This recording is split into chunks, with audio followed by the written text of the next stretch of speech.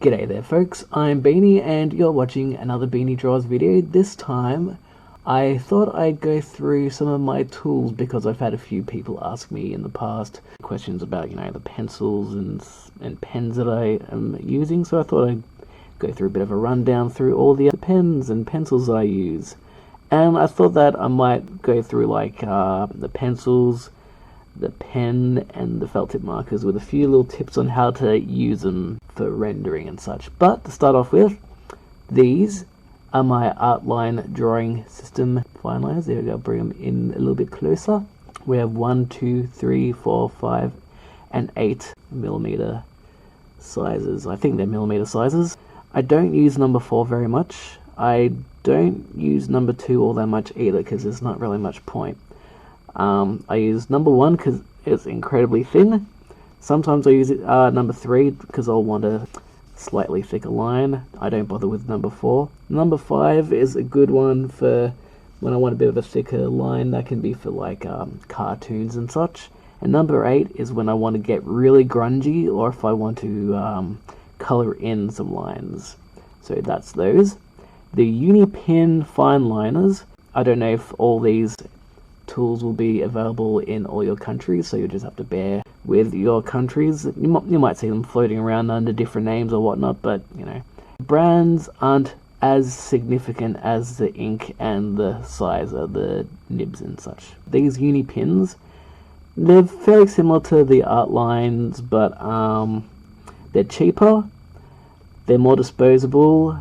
I find these ones are a lot quicker in drawing. These ones, they're okay. That's basically it, they're okay. I don't use number 2 all that very much, even though I've got it in my list, but I've got number 1, number 5, they're my usual go-to ones if I want to do something like, a cartoon or something for a sticker or something. Copic Multi-Liner SP 0.3. I will show some demonstrations soon enough on why this pen is pretty awesome. It is an incredibly thin stroke. I wouldn't use it for drawing. Basically, I use this for rendering when I want to get into really fine detail. Sometimes it's actually a little bit hard to tell if the lines are actually working or not, or if the nib is not transferring any ink to the paper. It's that incredibly thin that sometimes I find it hard to look at. This is my favorite of all the pencils and pens and such. The Bic 4 pen. 4-liner, not 4-liner, it's a 4 pen. I occasionally use the red, the blue, and the green in this, but I always use the black. The reason why I use this is because black ink is consistent in its tone throughout all the pens. You'll find sometimes with biros or ballpoint pens that sometimes the black ink will have a bit of a red tint to it. Sometimes it'll have a green tint, sometimes it'll have a blue tint. These always have the same tint. I think it's a little bit on the reddish side, the tint on this one. But yeah, I've been using them for 10-15 years now, and I don't see that changing anytime soon.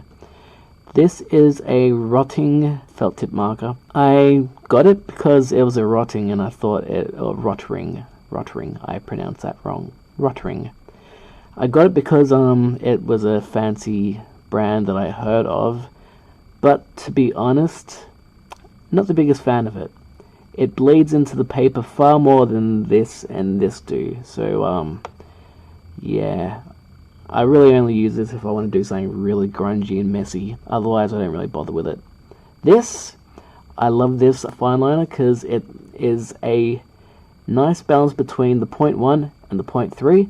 These are great for detail. If you don't want to get too detailed, you use a 0.5. It's a nice cross between the 1 and the 0.03.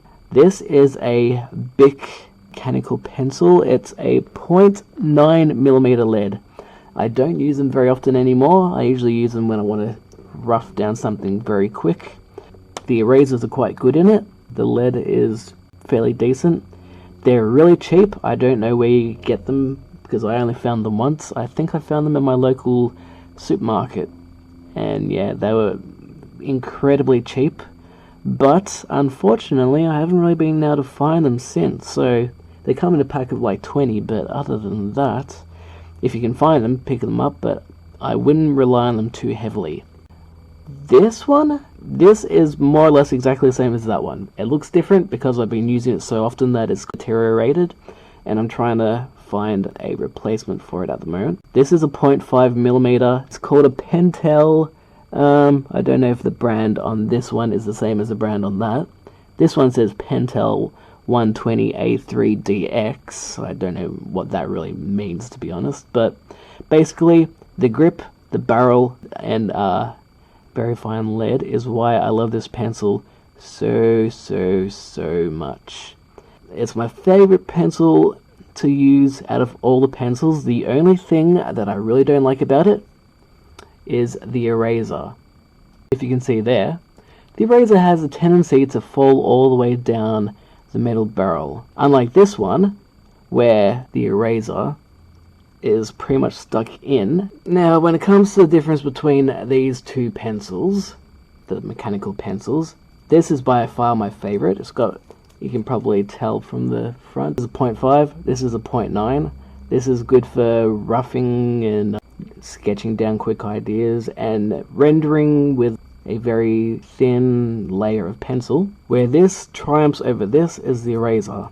Basically, the eraser, it doesn't push any further than what it, it's basically the push button. Click it down, the lid comes out, but no matter how often you push down, that eraser is not going anywhere. If you want to pull it out, just do so, and that's also where the lead comes, but the eraser doesn't go anywhere. This, on the other hand, it would usually have a lid kind of like this. It'd be grey. So to give you an example, that's kind of what it looks like when the eraser is out of its encasing. See how the metal case looks, that it engulfs the eraser? Notice how there's like nothing really at the bottom of it to keep the eraser in. You're meant to have this lid, I'm guessing. That lid, if you lose your lid like I did with this one, you press it enough and you'll have this problem. Notice how after all my pressing, the eraser has fallen down through its sleeving, and when you push it far enough down, like I just did then, you have a nice serrated, bumpy metal ring ridge thing. That is why try your best not to lose the lid on the end casing on this mechanical pencil. You're meant to use that as your push button. But that aside, it's a fantastic pencil and I use it all the time, as you've seen in my videos. I use this all the time, as you've seen in my videos. These, I don't use them as often. Now I'll show you an example of how I render and the best ways to render and draw with each of them. Now, with this little mismatch of pencils, I will give you a quick idea of how they draw. There's not a huge amount of point in showing you too much detail on these pencils, because you can't really see from how zoomed in they are. This is the Bic 0.9mm. It's got a thick line. It's good for rendering and laying down flat bits of lead quickly, as you can see. But I find that for drawing, you basically just want to use it as a as just for roughing. I use it for roughing down my sketches. So I'll use a little trusty skull as an example.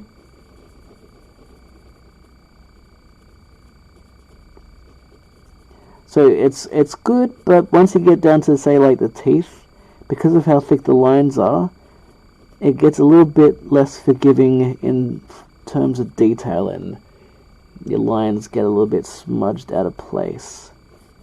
So it's good if you want to lay down a really quick sketch of an idea, but otherwise it's really only, in my opinion, good for laying down your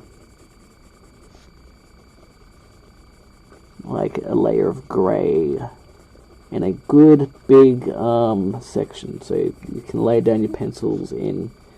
You can lay down a flat rendered area quickly. Here we have the Pentel It's an old pencil, as you can tell, but this is the 0.7mm.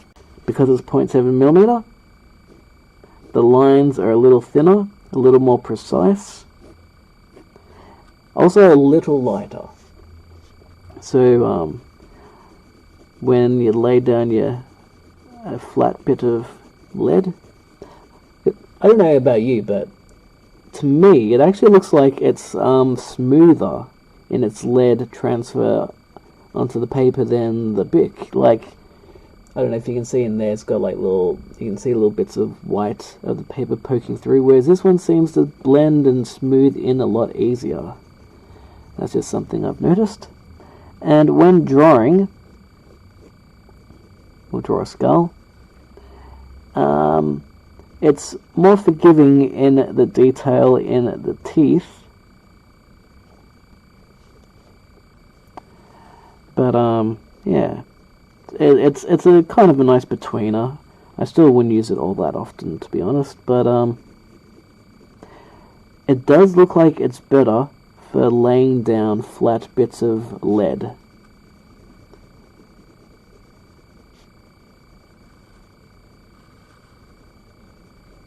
So there you go. And also you can tell the difference between here and here. It also seems smoother in its line work. And my trusty old faithful, you might be able to see a slight bit of there used to be a print there. I use this pencil a lot. The lines seem to be darker, but they're meant to be thinner. I guess it just depends on how much you use your lead. And also,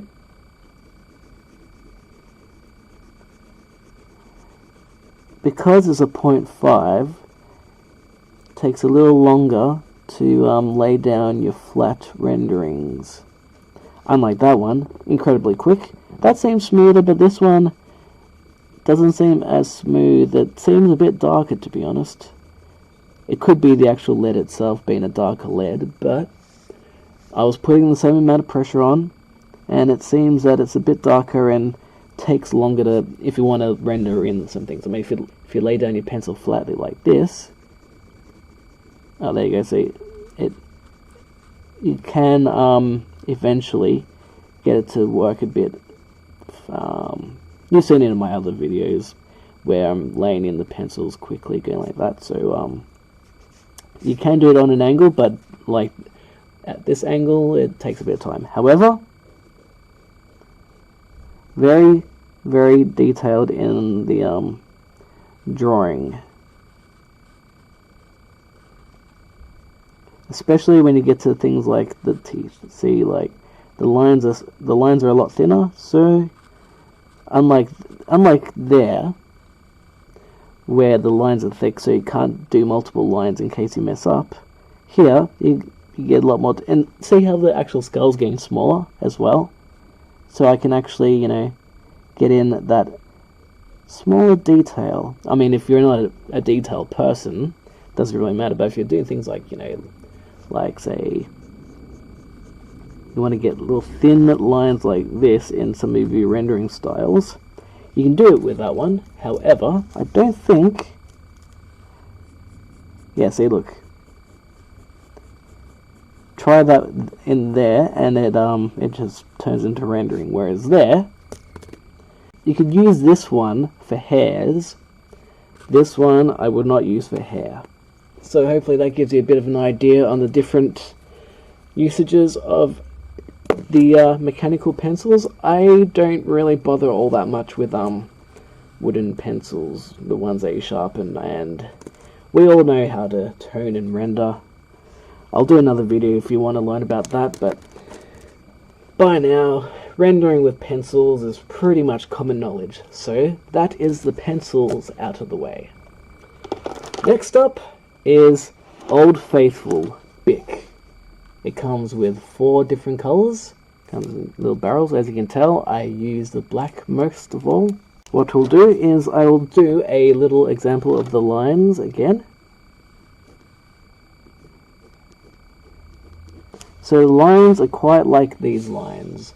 So I'd say maybe it's a 0.5, I don't know. I'm not sure about the actual thickness and that of the line, but I'm going to try and imitate that thinness between the lines, and as you can tell by the size of the ballpoint pen, that's the amount of detail I'm going to try and get from here. So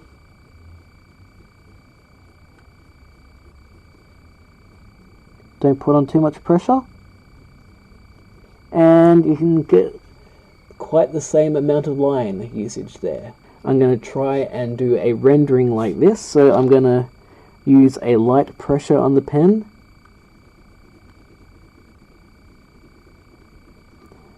So it's not as blended as what it could be. You can do somewhat flat amounts of blending. If you see my other videos, you'll see me trying it a bit better. So let's try different pressures, shall we? We'll do like let's do the old, this is just drawing a thick line there. Okay, let's just do a graduation of darkness. So we'll have the darkest area. As you can see, it has no problem at all in a nice solid black area. Now, let's get a very light. This is very, very light. I'm barely touching the paper. You might be able to hear the ball just slightly dragging along. So that is how much darkness you can get by barely touching the paper. Now, let's put a little bit more pressure in. So you're just doing stroke after stroke. You're not kind of colouring it. You're stroking the lines in, and you put extra layers of lines in. And as you can tell, slightly darker. Now, let's put a little bit more pressure on. Sometimes, as you can tell, it's a little bit difficult to get consistency. As you can tell in that area, it's a little bit splodgy, and there's a bit splodgy. That's just the nature of ballpoint pens. So I'd say I've put like 3 times. Well, it's the third box. I'm putting 3 times the amount of pressure, and 3 times. Well, not same amount of pressure, just more passes. And now for the fourth one, let's see if I can make it in between those. So okay, see the first pass, it wasn't as dark. Second pass, it's darker. And let's leave like that. So as you can see, you can render with a ballpoint pen. You can do your other rendering like so, do like that.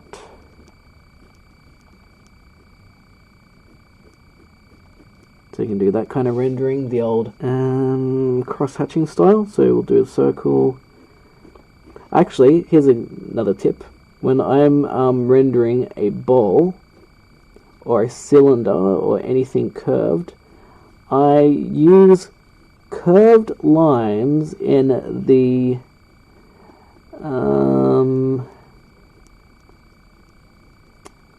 flow of the shape of the form of whatever I'm rendering. So you can see they're circular.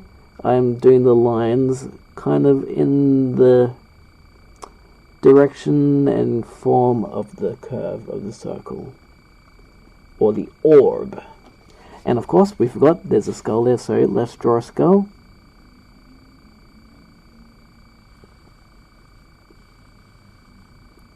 It's quite forgiving in the detail in the teeth. But just remember, because it's a ballpoint pen and you're using ink, once the once the ink is down, the ink is down and you cannot get rid of it. Let's just put a little bit of red around it just to emphasize why the 4 colors can come in handy. Actually, let's give it a little bit of a heart. And with the heart, like with the other colors, exactly the same concept in terms of rendering and pressure. You can do all this in the same manner. So like here we go, very light pressure, and you got a light rendering, put more pressure on, and you got dark rendering. Here we go, I'm just going to render slightly here. To be honest, that's more or less it when it comes to ballpoint pens. There's not much more else to it. You've learned how to do the rendering, pressure, light, light, light, light, light, light, light, light, light, light, slightly heavier, extra passes, heavier, heavier, totally dark. And it's all about each individual stroke. You don't really want to, well, you can do the zigzag color if you want, but it's best to do like line after line after line, quietly next to each line. So there you have it. Next I'm going to show you the difference between all the felt tip pens. Unipin 0.1mm fine liner. It's a little bit rough. Let's draw some shading. Just for the record, I suppose you can use very light strokes to do your rendering to make it lighter, but unlike ballpoint pen, I suppose you can do it that way, but I wouldn't. I'm not the biggest fan of drawing with, well, I don't mind drawing with ballpoint felt tip pens, but I don't like rendering with them all that much. Okay, so that's the 0.1 of that particular brand. Here is the 0.1 of the Artline version. See, it's meant to be the exact same, well,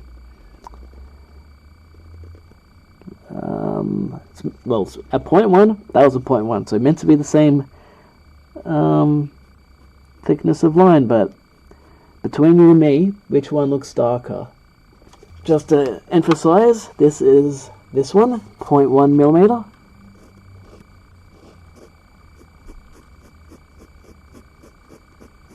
This is this one, 0.1mm.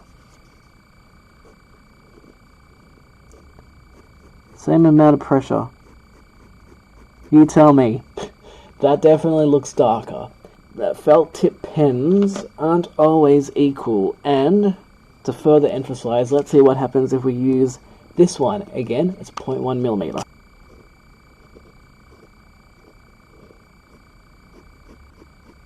Same pressure. You'll see exactly what I mean, hopefully, about the difference between the 0.1, the 0.1, and the 0.1. They are all different thicknesses.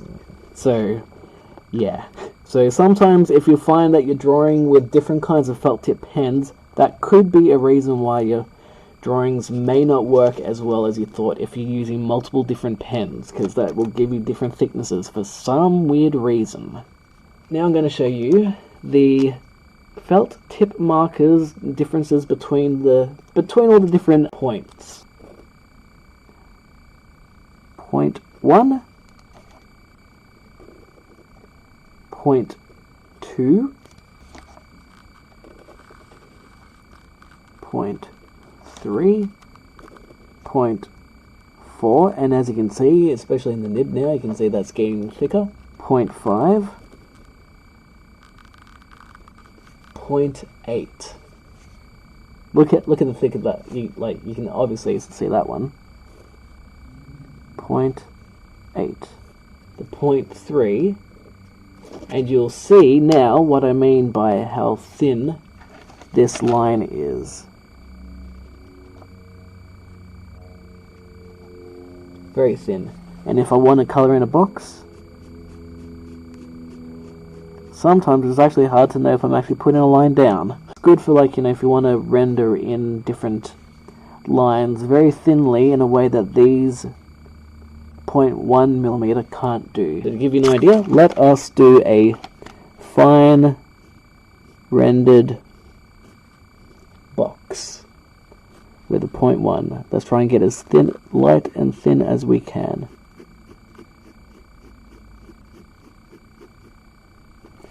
Doing the same with a 0.03. See, sometimes it's hard to tell. You can't put too much pressure on the actual tip, otherwise it won't put on a line. So let us, same amount of pressure. That's basically when you want to go for extreme light rendering. Stedler, I'm pretty sure that's how you pronounce it. 0.5mm. Between 0.3 and 0.1.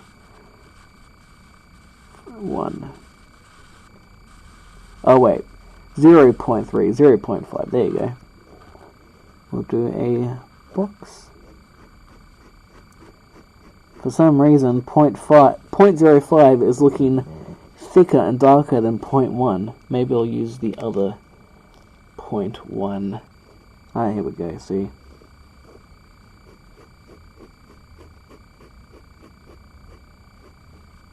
Okay, so that is 0.105, and that guy is 0.3, and you can tell that the lines are getting thinner and lighter. And now I'm just going to give you some ideas on rendering with these pens. Now for this I am going to use leaves as examples. So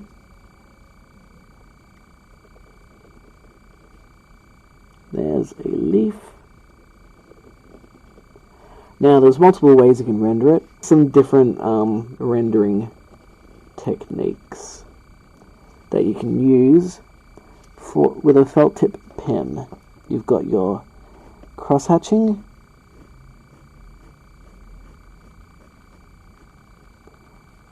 then you use your X lines going over the top of the other lines, and then you just use them till they make your object look dark to light. And for example, now if we want to try and make that part look lighter, there's no lighter you can get with this pen in that area. So if you want to get lighter in your rendering than that, you then have to transfer to your 0.05. And that's when your lines get lighter. And if you want to get even lighter than that, is when you go down to your 0.03, I should say.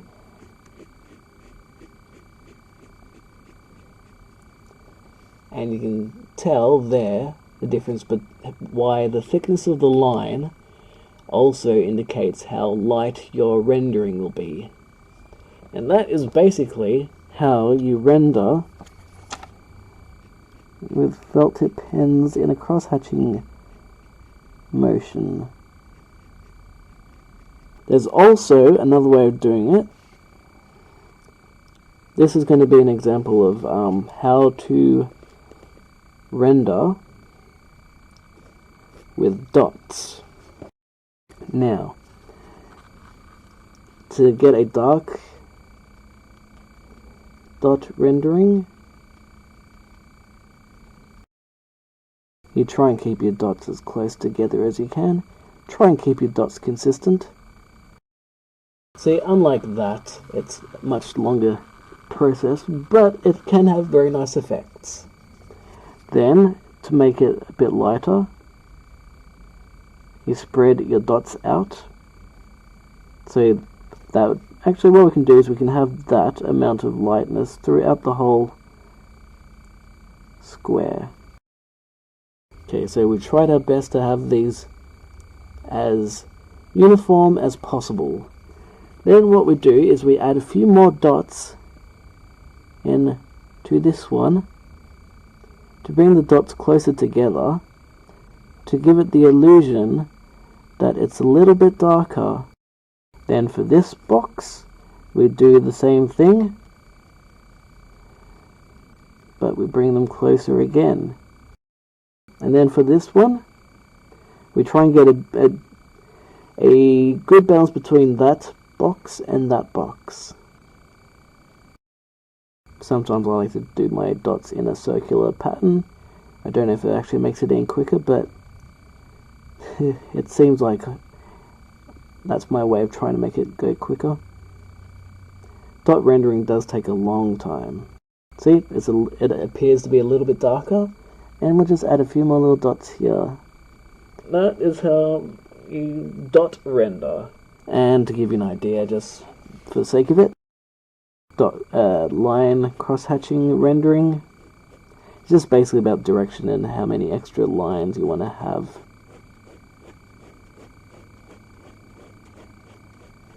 So then we'd add... I usually just have my lines closer together, to be honest. So like I would have them like that.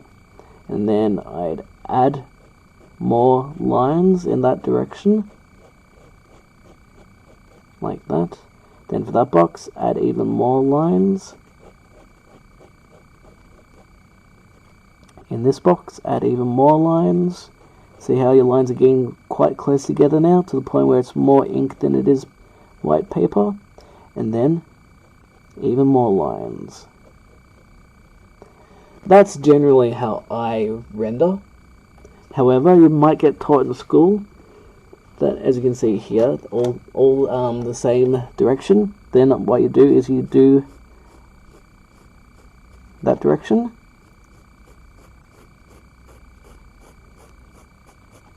then we'll add this direction,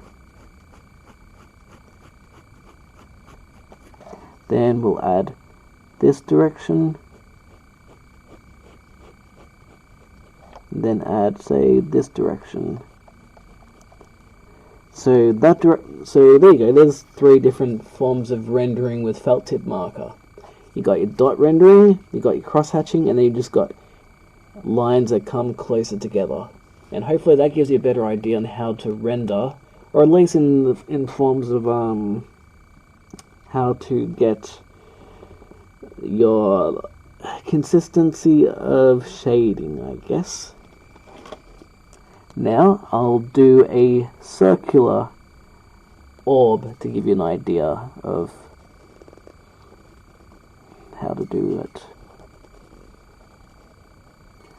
If you want to render an orb, you can do it this way, but how I would rather do it is I usually do it like this. I like to go with the flow of the object. And then I'll use the cross-hatching around there. And to get lighter around there, again, you go back to your 0.05.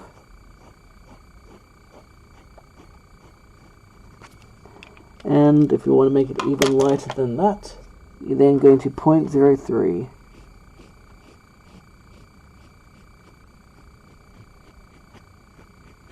As you can see, you can barely see those lines. And now I will do a dot rendering of the orb. Same principles here. The lighter you want it, the further out you want your dots spaced. The darker you want your object, the closer you have your dots spaced. So we'll start off with very few amounts of dots in the middle part. And then you just gradually add more dots to the outer part. So you're trying to find big patches of white space and add a dot here and there in those white patches to make it seem more closer together, thus making it more blended. Then you find more patches of white near the outer edge. And then as you get to the further edge, you just add even more dots. And then to make it a little bit more uniform, darker out, you can stretch your shading out. You can make it far more shaded, like a half moon, or you can have it shaded so it's only the edge of it is dark and this area is lighter, or you can have it so that it's darker on this end and then only a little bit of light around there.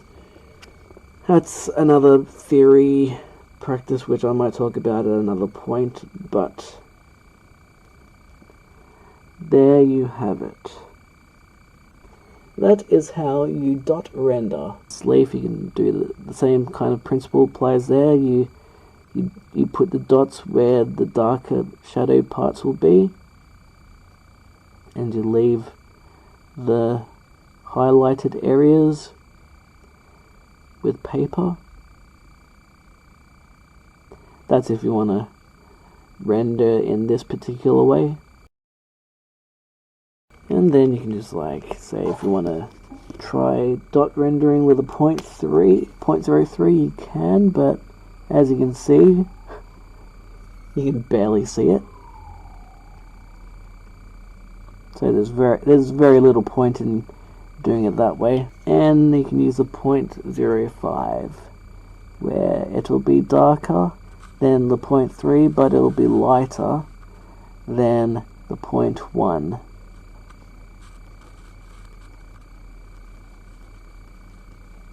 Bring in, say, like the 0.5 millimeter.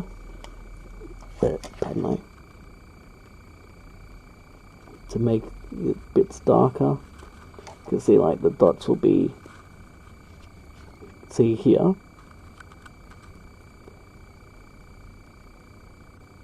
See the size of those dots compared to those dots. And then, of course, we've got the 0.8, which is even more intense.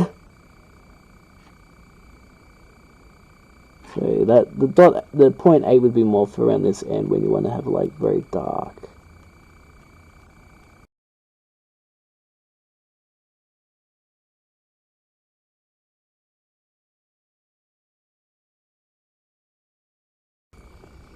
Also, a last little bit of information. As you can see here, I'm trying to get a bit darker. This is with mechanical pencil. It's only so dark you can get. This is when you'd be going into your 9B pencils, your traditional pencils. Just for the sake of a quick example, this is apparently it's a permanent pencil, but this is like where, you know, sometimes you might need a darker pencil, or you might need a H9 or a 9B pencil, which is mostly what you're going to get in your pencil sharpened pencils. Just to quickly throw that in there as well. I was only covering mechanical pencil. Now, for the last bit of this video, I figured that I'd put down ballpoint pen versus felt tip pen in their respective mediums. So ballpoint pen done in ballpoint pen, felt tip marker in felt tip marker, with a last little bit of information for you guys. So just a little bit of visual narration. So there you have it, folks. This is a first stage description of the different kinds of pencil, ballpoint pen, and fine liner materials that I work with, because I've had people ask me plenty about that in the past. This isn't by any means a comprehensive guide. It's more of a beginner guide to know how to work with pencils, what they're good for, how you can render with ballpoint pen, some rendering techniques with felt tip markers and fine liners. So yes, if you've learned anything from this video, which I hope you have, give it a thumbs up, a comment what you thought of it. If you learned nothing and you really hated this video, you can dislike it if you really want to, but I did put a lot of effort into this one particular video, so hopefully you guys have actually learnt something. And yeah, if you haven't already done so, be sure to hit that subscribe button where I'll be providing more informative videos like this, some drawing tutorials on different creatures and dinosaurs and anything else that pops into my mind, and just me generally drawing and just doing anything that's what I consider creative and interesting that you guys might want to watch. So, thank you for watching. Like, subscribe, share, all that good stuff, and I will see you in the next video, whatever that video may be. So, I'll catch you next time. Thank you very much for watching. Cheerio.